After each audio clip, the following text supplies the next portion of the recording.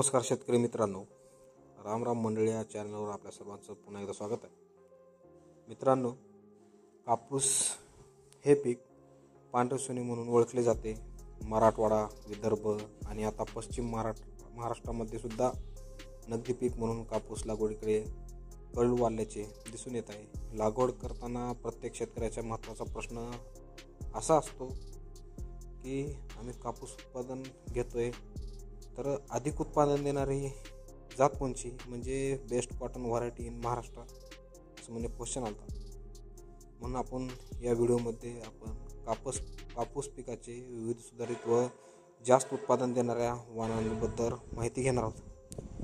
तर मित्रांनो, कापसाचे जाती कोणचे आहेत? 1 नंबरला आहे राशे 659 BG सेकंड. तर त्यासाठी जमीन कशी लागते? मध्यम ते भारी. सिंचन हे कोरडवाहू किंवा बागायत क्षेत्र आणि पिकाचा कालावधी हा 145 ते 60 दिवस. वैशिष्ट्य काय आहेत? तर वजनदार आणि मोठ्या आकाराचे कापूस बोंड येतात. त्याला कापूस वेचणी सोपा होतो.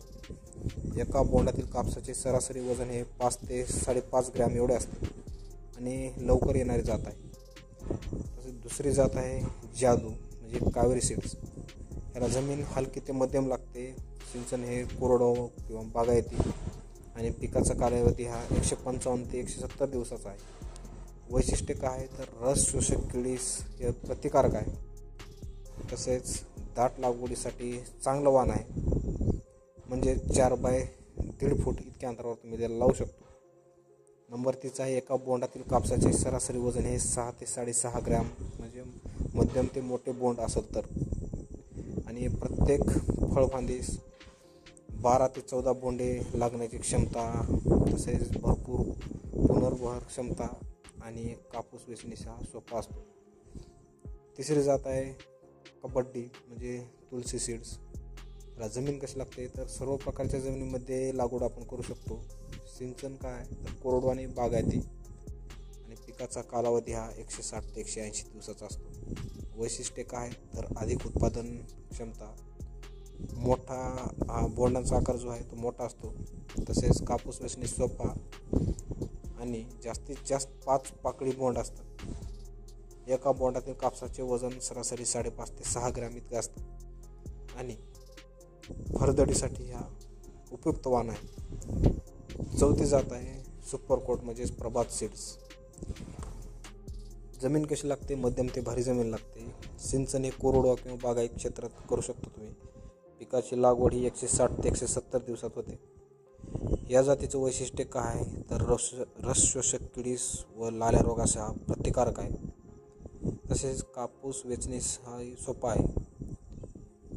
एका बोंडातील कापसाचे सरासरी वजन हे 5.5 ते 6 ग्रॅम इतकं आहे. तसेच बोंडे लागण्याची संख्या ही चांगली आहे या जातीमध्ये. तसेच पुढची जात आहे US 7067. जमीन कशी आहे? तर मध्यम ते भारी या जमिनीत येते. सिंचन हे कोरडवाहू किंवा बागायती असायला पाहिजे आणि पिकाचा कालावधी हा 155 ते 160 दिवसांचा. याची वैशिष्ट्य काय? तर रोगप्रतिकारक क्षमता ही चांगली आहे. दाट लागवडी योग्य वाण, म्हणजे म्हणून या जातीस संबोधले जाते. म्हणजे जवळपास 3 बाय 2 फुटात या रोपांची आपण लागवड करू शकतो. तसेच एका बोंडातील कापसाचे सरासरी वजन हे 5.5 ते 6 ग्रॅम आहे. मोठी बोंडे आणि आकार गोल असतो आणि लवकर येणारे वाण आहे. त्याच्या पुढची जात आहे अजित 155. जमीन हलकी ते मध्यम अशा जमिनीत ही जात येते. सिंचन हे कोरडवाहू तसेच बागायती क्षेत्रात होऊ शकते. पिकाचा कालावधी हा 145 ते 160 दिवसाचा आहे. वैशिष्ट्य काय आहे? तर रस शोषक किडीस व लाल्या रोगास प्रतिकारक, पाण्याचा ताण सहन करणारे वाण आहे. एका बोंडातील कापसाचे सरासरी वजन 5 ते 5.5 ग्रॅम आहे. बोंडे लागण्याची संख्या ही चांगली आहे.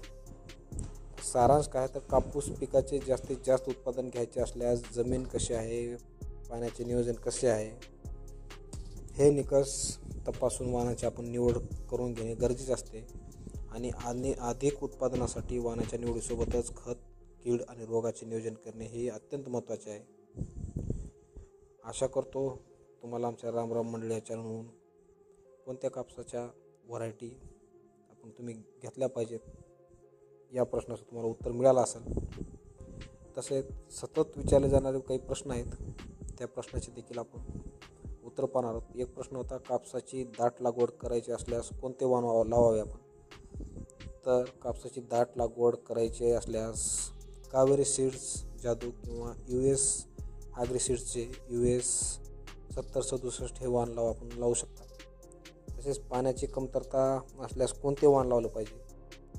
तर पाण्याची कमतरता असल्यास अजित सीड्सचे अजित 155 हे वाण तुम्ही लावू शकता. ह्या वाणाची मुळे पाण्याच्या शोधात खोलवर जात असल्याने पाण्याचा ताण पडल्यास तग धरून राहते. पुढचा प्रश्न एका व्यक्तीने विचारला होता की 5 पाकळी असलेले कोणते वाण चांगले आहे?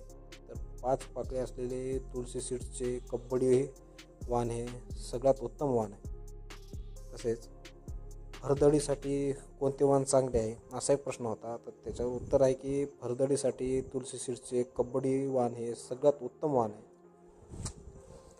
अजून एका व्ह्युअर्सने एक प्रश्न विचारला होता की कापूस बियाण्यास बीज प्रक्रिया करण्याची आवश्यकता असते का? उत्तर आहे हो. कंपनीने जर कापूस बियाण्यांवर प्रतिक्रिया केली असली तरी बियाणे पेरणीच्या आधी बुरशीनाशक व कीडनाशकाची प्रक्रिया केल्यास कीड व रोगावर प्रतिबंधक नियंत्रण आपण मिळवू शकतो. तर मित्रांनो, कसा वाटला व्हिडिओ नक्की आम्हाला कमेंट करून सांगा. धन्यवाद. जय जवान, जय किसान, जय महाराष्ट्र, जय भारत.